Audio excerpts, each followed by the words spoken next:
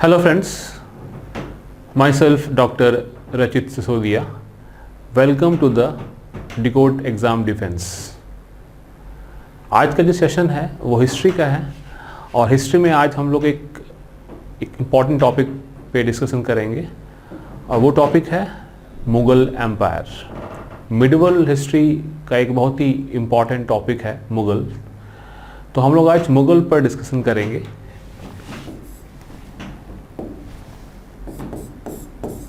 Mughal empire.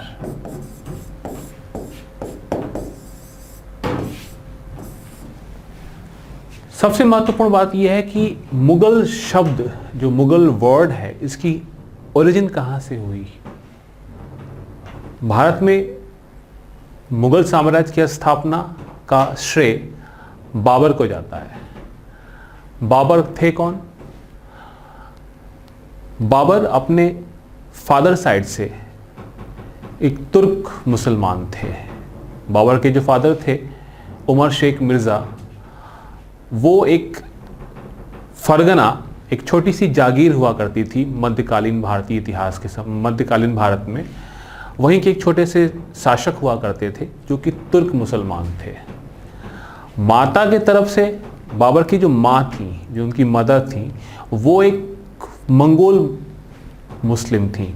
तो पिता के तरफ से ये एक तुर्क थे और माता की तरफ से ये मंगोल थे।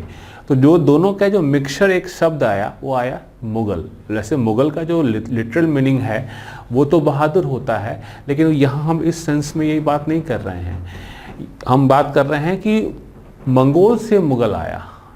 बाबर के पिताजी तुर्क थे, माता उनकी मंगोल थी और एक नया शब्द आ गया मुग़ल। ठीक है। अब बाबर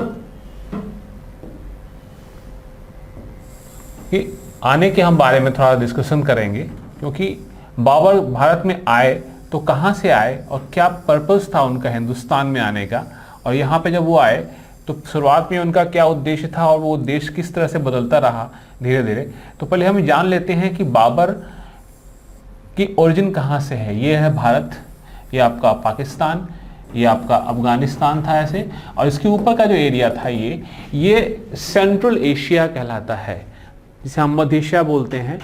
और आज के संदर्भ में अगर हम ये देखें तो सेंट्रल एशिया में कौन कौन सी कंट्रीज आती हैं? Uzbekistan, Kazakhstan, Turkmenistan, Kyrgyzstan. तो ये जो क्षेत्र है, ये जो पाकिस्तान और अफगानिस्तान के जो नॉर्थ का एरिया है, इसे ही बोलते हैं सेंट्रल एशिया। और फरगना जो है, जहाँ का बाबर मूल निवासी था, फरगना जो है वो मध्य एशिया में ही एक छोटा सा क्षेत्र था। आज के समय में फरगना जो है वो उज्बेकिस्तान कंट्री का एक पार्ट है, लेकिन उस समय इस राष्ट्र की कोई अभिव्यक्ति नहीं थी, कोई कंट्री का कोई कॉन्सेप्ट नहीं था। तो फरगना एक छोटा सा स्टेट था। तो हुआ क्या था कि 1494 में बाबर के जो वालिद थे, जो फादर थे, उमर शेख मिर्ज़ा, उनकी 1494 ईस्वी में डेथ हो जाती है। He died in the year 1494। 1494 ईस्वी में बाबर के जो पिता थे उमर शेख मिर्ज़ा, जो फरगना के एक छोटे से जागीरदार थे, उनकी मृत्यु हो गई। ठीक है। उनके मरने के पश्चात बाबर को तत्काल ही वहाँ का शासक घोषित किया गया। बाबर की उम्र मात्र 12 वर्ष की थी। He was only 12। फरगना जो था, उसकी जो लोकेशन थी वो इस प्रकार से थी कि फरगना के चारों तरफ उज्बेक मुसलमानों का क्षेत्र था। बाबर के पिता तुर्क मुसलमान थे, उसके चारों तरफ कौन से मुसलमान थे? उज्बेक लोग थे। और उज्बेकों और तुर्कों में लगातार कई वर्षों से, कई सदियों से आपस में एक प्रकार से देखा जाए तो अनबन, ये कहें दुश्मनी चलती थी। फरगना एकमात्र ऐसा तुर्क राज्य था जो चारों उज्बेक शासकों के बीचों बीच था। दूसरी बात, बाबर के खुद के अपने सगे संबंधी भी बाबर का विरोध कर रहे थे। वो चाह रहे थे कि बाबर किसी भी प्रकार से हटा दिए जाएं। तो यही सिलसिला चलता रहा और बाबर को 12 वर्ष की उम्र में ही काफ़ी कठिनाइयों का सामना करना पड़ता है अपने साम्राज्य, अपने छोटे से एक जागीर को बचाने के लिए। और बाबर ने कई युद्ध लड़े, उज्बेकों से भी लड़े, अपने सगे संबंधियों, चचेरे चाचा, कई लोगों से युद्ध लड़ता रहा। कभी उसने कुछ वॉर्स जीती, कुछ वॉर्स वो हारा। अंततः 1502 में फाइनली इन द ईयर 1502, 1502 में एक जगह है सेंट्रल एशिया में, सर ए पुल एक जगह पड़ती है सेंट्रल एशिया में। तो 1502 there was a battle between Babur and a Shaybani ruler and Uzbek ruler Shaybani Khan. 1502 में बाबर और उज़्बेक शासक शैबानी खान के बीच एक युद्ध हुआ था जिसे कहा जाता है सर ए पुल। ये इस पे एक क्वेश्चन आ भी चुका है फिलहाल अभी लास्ट ईयर यूपी पीसीएस या यूपी पीएससी में एक एग्ज़ाम कराती है रिव्यू ऑफिसर, उसके एग्ज़ाम में ये क्वेश्चन आया था कि battle of Sar A Pul was fought between, तो this battle was fought between Babur and the Uzbek ruler Shaybani Khan. और इस युद्ध में हुआ क्या कि इस युद्ध में बाबर पूर्णतः पराजित होते हैं और उनको अपना मूल स्थान, जो उनके पूर्वजों की जो धरती थी, अपनी मदरलैंड को छोड़ना पड़ा और वो छोड़कर उनको वहाँ से जाना पड़ता है।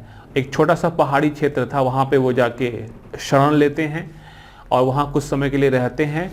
उसके पश्चात 1504 ईस्वी में अफगानिस्तान में कुछ टर्मोइल होता है और इसी का फायदा उठाकर 1504 ईस्वी में बाबर अफगानिस्तान की राजधानी काबुल को अपने अधिकार में कर लेते हैं। काबुल 1504 में बाबर के अधिकार में आ गया था। इसके वजह से इससे बाबर की जो कंडीशन थी वो कुछ बेटर हुई। पहले से बाबर की जो कंडीशन थी कुछ बेटर हुई क्योंकि काबुल का क्षेत्र, अफगानिस्तान का कुछ एरिया उनके हाथों में आ चुका था। जब काबुल को बाबर ने अपने अधीन कर लिया तो बाबर ने एक बार फिर एक प्रयास किया, एक अटेम्प्ट किया कि अपने पूर्वजों की धरती को फिर से अपने अधीन करे और बाबर ने फिर से आक्रमण किया था फरगना और समरकंद में, लेकिन बाबर का वो प्रयास असफल हुआ, उसमें वो सफलता प्राप्त नहीं कर सका। इसी बीच 1507 में इन द ईयर 1507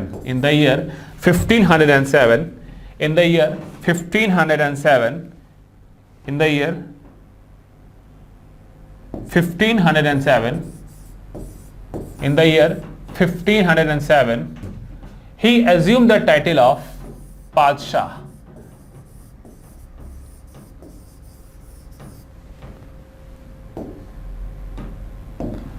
इन्होंने पादशाह की उपाधि 1507 में पादशाह की उपाधि को धारण किया था। बादशाह जो शब्द है वो कहां से आया है? वो पादशाह से ही आया है।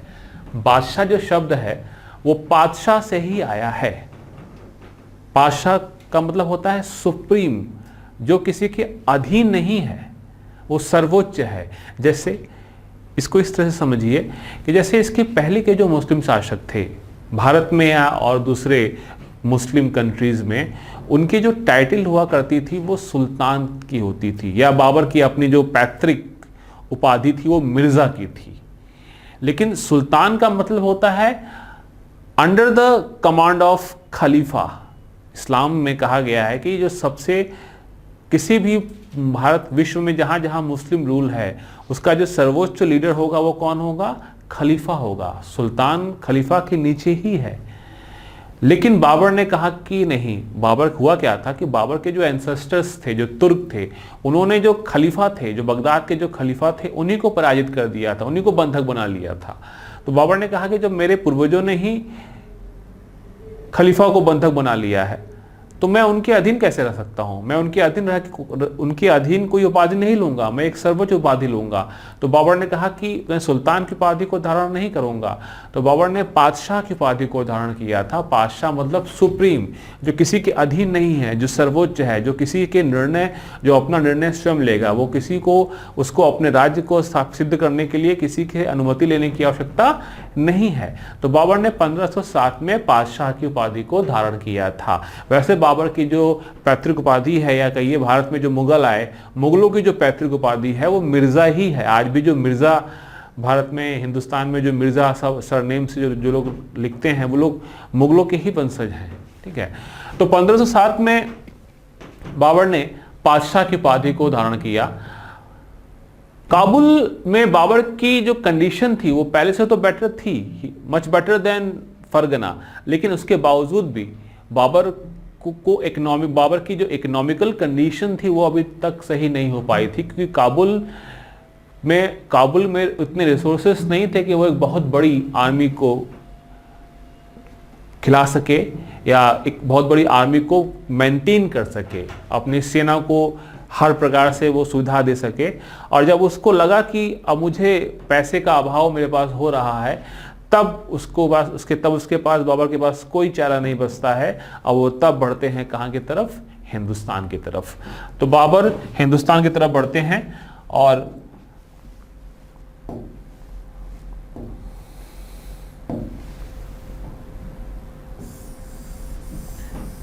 एक मैप से बना, मैं आपको लोगों के लिए एक मैप बना रहा हूं। मैप से आपको थोड़ा चीजें अच्छी तरह से समझ में आएंगी।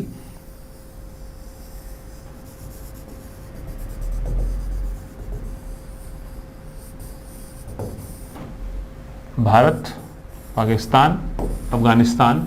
तो बाबर यहां से आए हिंदुस्तान की तरफ। ये पाकिस्तान का एरिया है, लेकिन उस समय तो ये हिंदुस्तान का ही पार्ट था। और ये 1519 की बात है। 1519 में बाबर ने हिंदुस्तान में अपना प्रथम आक्रमण बाजौर, एक जगह पड़ती है जो आज पाकिस्तान और अफगानिस्तान के बॉर्डर पे एक स्थान है, बाजौर। और बाबर का भारत में हिंदुस्तान पे पहला जो आक्रमण था वो 1519 में बाजौर पे हुआ था। बाजौर आज पाकिस्तान में है, या कहिए पाकिस्तान और अफगानिस्तान का जो बॉर्डर का जो क्षेत्र है उस क्षेत्र में है, जिसे आज पाकिस्तान के पख्तूनिस्तान क्षेत्र कहते हैं। और वहां पे एक पठानी कबीले का शासन था, यूसुफजाई कबीले का शासन था बाजौर पर। बाबर ने 1519 में बाजौर पे आक्रमण किया। यूसुफजाई कबीले के जो चीफ थे उनको पराजित किया। ही defeated the chief of Yousafzai tribal community and after then he captured the whole region। इसके पश्चात बाजौर पर उसने अपना अधिकार कर लिया। सबसे महत्वपूर्ण बात यह है, जो सबसे महत्वपूर्ण बात है वो ये है कि 1519 के इस बाजौर के आक्रमण पर पहली बार, इसी युद्ध में पहली बार भारत में तोपों का प्रयोग किया गया था। पहली बार भारत में, ये ध्यान रखिएगा कि for the first time cannon were used in the battle of India, in the history of India. ठीक है, किसी भारत के इतिहास में पहली बार तोपों का प्रयोग किया गया था। ठीक है। अच्छा, एक बात और, अगर आपको मेरा ये न्यूज़ चैनल अगर आपको मेरा ये चैनल अच्छा लगे तो इसको प्लीज़ सब्सक्राइब जरूर कर दीजिएगा। ठीक है, और टेलीग्राम से भी आप लोग जुड़िएगा जरूर। ठीक है, क्योंकि जब आप टेलीग्राम से जुड़ेंगे तो आपको और भी कई नई चीज़ें देखने को मिलेंगी इसमें। ठीक है, तो 1519 में बाजौर पर बाबर का अधिकार हो जाता है। उसके पश्चात बाबर ने कई आक्रमण किए। जब बाबर इस पूरे क्षेत्र को जीतते हुए जब ये पहुंच जाते हैं पंजाब के क्षेत्र में, तो उस वक्त जो दिल्ली का जो सुल्तान था, जिसका नाम था इब्राहिम लोदी को लगा कि बाबर तो अब उसके राज्य के समीप आ चुका है। और जब पंजाब तक पहुंच गया तो इब्राहिम लोदी को लगा कि अब बाबर को रोकना जरूरी है, और लोदी भी अपनी सेनाओं के साथ बढ़ते हैं पंजाब की तरफ। और इधर से पंजाब से बाबर आ रहे थे और इधर दिल्ली से लोदी जा रहे थे, और दोनों की सेनाएं मिलती हैं कहाँ पे मिलती हैं? पानीपत में 1526 में पानीपत में दोनों forces, Mughal forces of Babur और इब्राहिम लोदी की सेनाएं आपस में मिलती हैं। अफगान सेनाएं थी इब्राहिम लोदी की और बाबर की मुगल सेना थी। दोनों के बीच एक भीषण युद्ध होता है और शुरुआत में कहा जाता है कि इस युद्ध में इब्राहिम लोदी ज़्यादा भारी पड़ चुके थे बाबर पर। बाबर की सेनाओं को पीछे हटना पड़ा था क्योंकि बाबर के पास सेना कम थी। बाबर को, चूँकि बाबर तो बहुत दूर से आ रहा था, अफगानिस्तान से आ रहा था, तो उसने दूर से वो इतनी बड़ी सेनाओं को लेके कहाँ से आता। लोदी के पास लाखों की सेनाएं थीं, हाथी थे उनके पास, लेकिन बाबर के पास थी क्या, जो सबसे महत्वपूर्ण बात, तोपें। बाबर के पास तोपें थीं और तोपों को उसने एक नई टेक्निक से यूज़ किया था। उसने एक नई सिस्टम को अपनाया था, जिसे कहते हैं उस्मानी सिस्टम। उस्मानी सिस्टम का मतलब ये होता है कि दो तोपों को दो गाड़ियों के बीच में रखा था, दो गाड़ियों के बीच में रख दिया था ताकि तोपों की हाइट बढ़ जाए और उससे उसकी उस तोपों की जो मारक क्षमता है वो अधिक होगी। और दो उसके बहुत ही प्रसिद्ध तोपची भी थे बाबर के साथ, जिन्होंने बाबर का भरपूर सहयोग दिया था। एक का नाम था उस्ताद अली और एक का नाम था मुस्तफ़ा।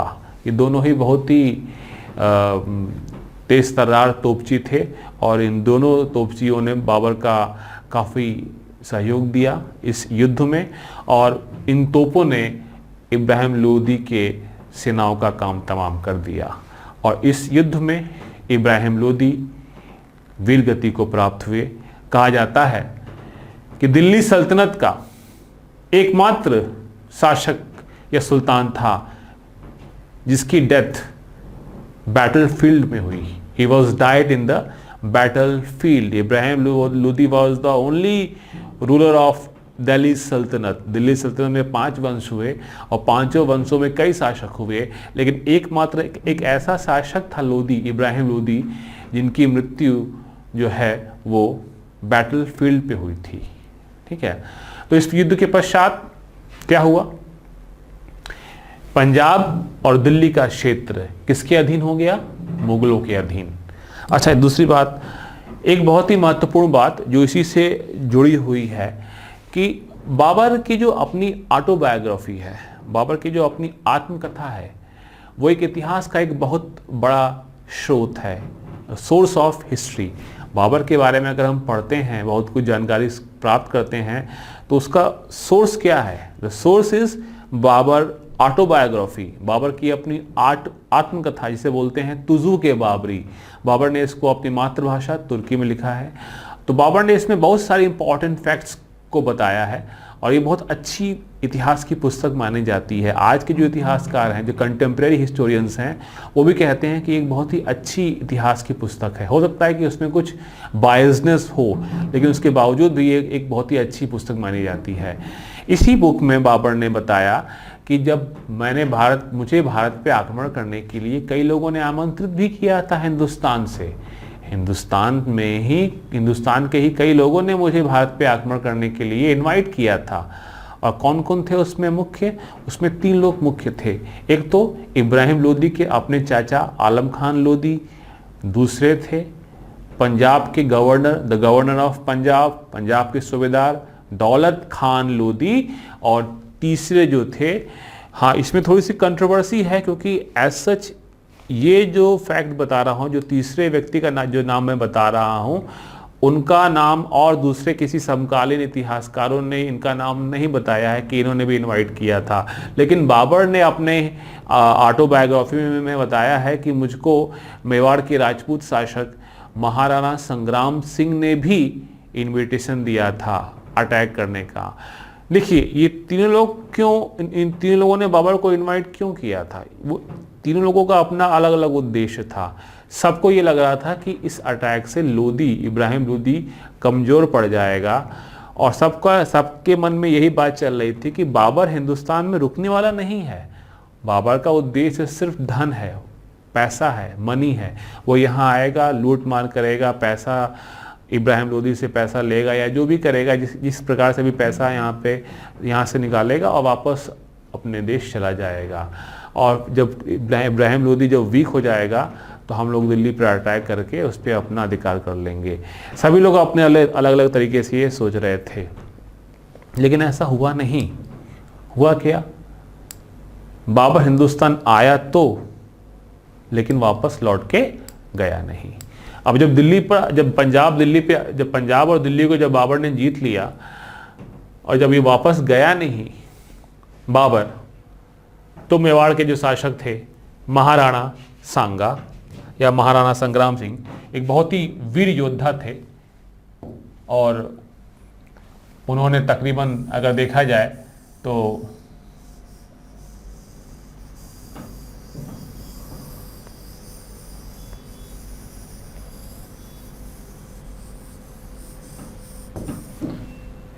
मेवाड़ मान लीजिए पूरा राजस्थान का क्षेत्र, मध्य प्रदेश का क्षेत्र, गुजरात का क्षेत्र मेवाड़ के अधीन हो चुका था और ये दिल्ली और पंजाब का क्षेत्र बाबर के पास था। तो अब दोनों की सीमाएं वास्तुतः मिल रही थी और महाराणा संग्राम सिंह को ये बात पूरी तरह से पता थी कि अगर अब उनको दिल्ली जीतनी है, दिल्ली को अपने कंट्रोल में करना है, दिल्ली को अगर अपने अधीन करना है, तो उनको बाबर को पराजित करना ही पड़ेगा। बाबर को भी ये बात समझ में आ चुकी थी कि अगर राजस्थान के महाराणा संग्राम सिंह या महाराणा सांगा अगर मजबूत रहेंगे तो मैं पूरे उत्तर भारत को कंट्रोल नहीं कर सकता हूँ। तो अंततः युद्ध तो होना ही था दोनों के मध्य, दोनों के बीच वॉर तो होनी ही थी। अच्छा, अब ये जो वॉर होनी थी तो क्या हुआ, अंततः दोनों सेनाएं कहाँ मिलती हैं? आगरा से दक्षिण की तरफ धौलपुर के पास खानवा का मैदान है और वही खानवे के मैदान पर बाबर की मुगल सेनाएं और महाराणा संग्राम सिंह की राजपूत सेनाओं के साथ साथ बहुत सारे अफगान जो पानीपत के प्रथम युद्ध में पराजित हो चुके थे, बहुत सारे अफगान मुसलमान भी संग्राम सिंह के साथ इस युद्ध में लड़ रहे थे उनके तरफ से। यहाँ पे बाबर ने एक बहुत ही चालाकी की थी। चालाकी ये की थी कि बाबर ने पहली बार धर्म का प्रयोग राजनीति के लिए किया। बाबर ने अपने सैनिकों में, अपने सोल्जर्स में एक जोश लाने के लिए, एक ज़ील लाने के लिए क्या कहा? बाबर ने कहा कि देखो, ये युद्ध नहीं है, ये धर्म युद्ध है, ये जिहाद है। जिहाद क्योंकि मैं एक हिंदू शासक से लड़ रहा हूँ। मेरा उद्देश्य महाराणा सांगा को सिर्फ पराजित करना नहीं है, मेरा उद्देश्य एक हिंदू शासक को पराजित करना है और मेरा उद्देश्य हिंदू शासक को पराजित करना है और उसके क्षेत्र को अपने अधिकार में कर वहाँ पर शरीयत को लागू करवाना है। तो बाबर ने अपने सैनिकों में जोश को भरने के लिए धर्म का सहारा लिया था। बाबर ने कहा कि ये युद्ध नहीं है, ये एक जिहाद है। बाबर ने तमगा नामक एक व्यापारिक कर होता है उसको हटा दिया था। बाबर ने अपने आप को दिखाने के लिए कि मैं कितना सच्चा मुसलमान हूँ, मैं कितना पायस मुस्लिम हूँ। बाबर के बारे में कहा जाता है कि उसको मदिरा का बहुत शौक था, वो ड्रिंक बहुत करता था। लेकिन बाबर, इस्लाम धर्म में चूँकि शराब पीना हराम है, लेकिन बाबर तब भी ड्रिंक करते थे। मध्य एशिया में सभी मुसलमान ड्रिंक करते थे अमूमन, लेकिन इस्लाम धर्म में तो पीना मना है, स्ट्रिक्टली अलाउड नहीं है। लेकिन बाबर अपने सैनिकों में को दिखाने के लिए कि मैं कितना सच्चा मुसलमान हूँ या सच्चा मुसलमान बन गया हूँ, बाबर ने जितनी भी शराब की बोतलें थीं उसके पास, सबको सैनिकों के सामने, सबको हाथी के पैरों तले उसने कुचलवा दिया, दिखाने के लिए कि मैं कितना सच्चा मुसलमान हूँ। खैर, तो बाबर अपने सैनिकों में एक धार्मिक जज्बात को बढ़ाते हुए इस युद्ध को जीतने का प्रयास करता है और खानवा का युद्ध होता है 1527 में, 1527 में battle of Khanwa. Battle of Khanwa कब होता है? 1527 में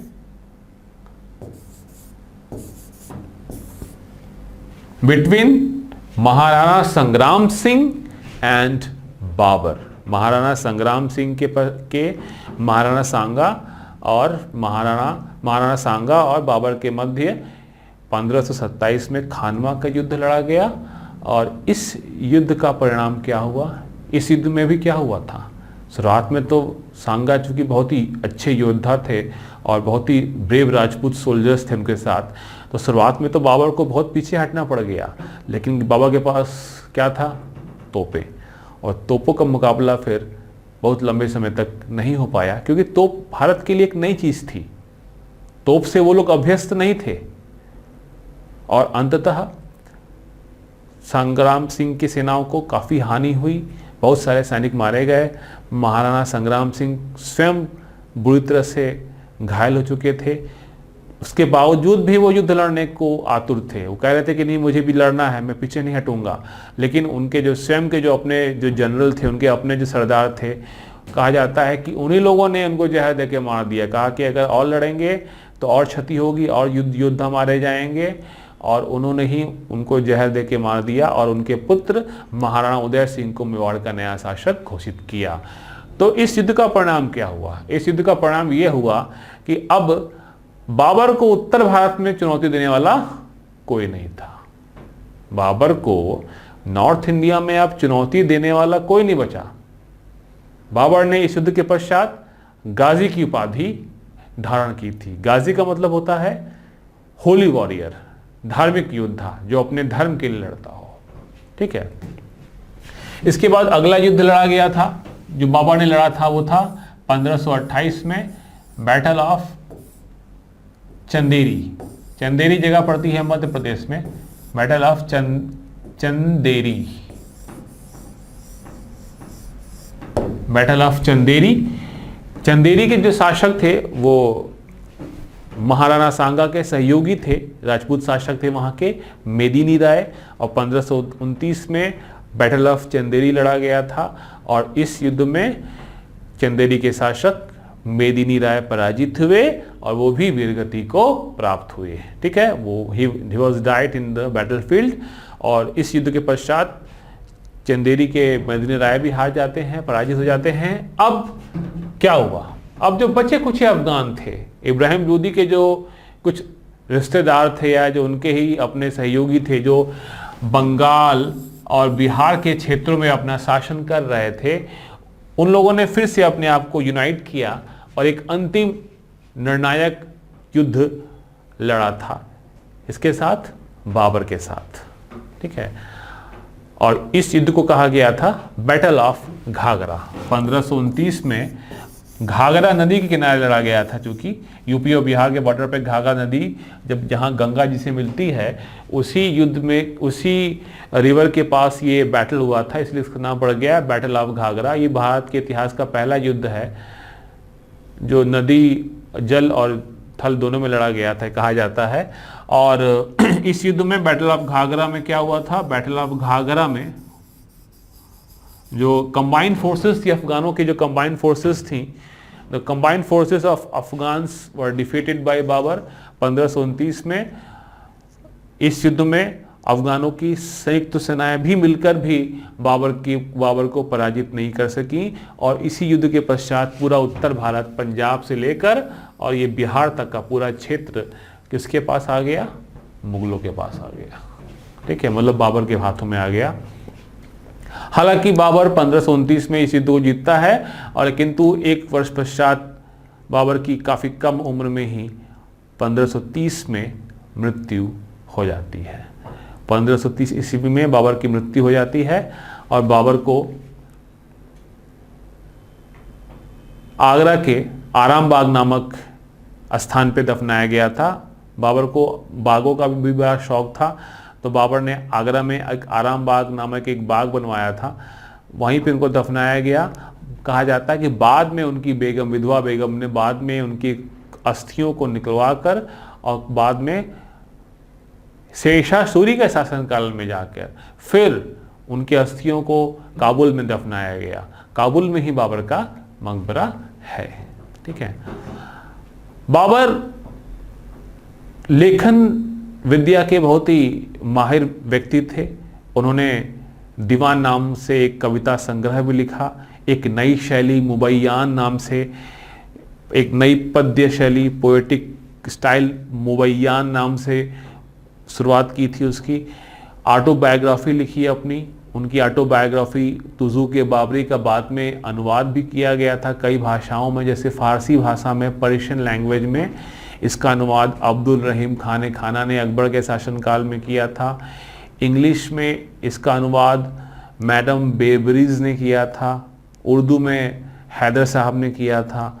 और ये बहुत ही महत्वपूर्ण पुस्तक है। बाबर ने इस पुस्तक में लिखा है कि जब मैंने भारत में आक्रमण किया तो भारत में अलग अलग क्षेत्रों में अलग अलग राज्य स्थापित थे, और ये भी लिखा है बाबर ने कि जब मैंने भारत में आक्रमण किया तो भारत में 7 शक्तिशाली 7 पावरफुल स्टेट्स थे जो रूल कर रहे थे।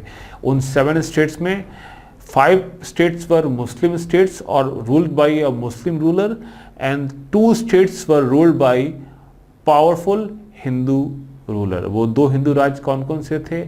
एक तो वही मेवाड़ जहाँ के शासक महाराणा संग्राम सिंह थे, और जो दूसरा राज्य था वो था साउथ में जहाँ बाबर पहुँच नहीं पाए थे।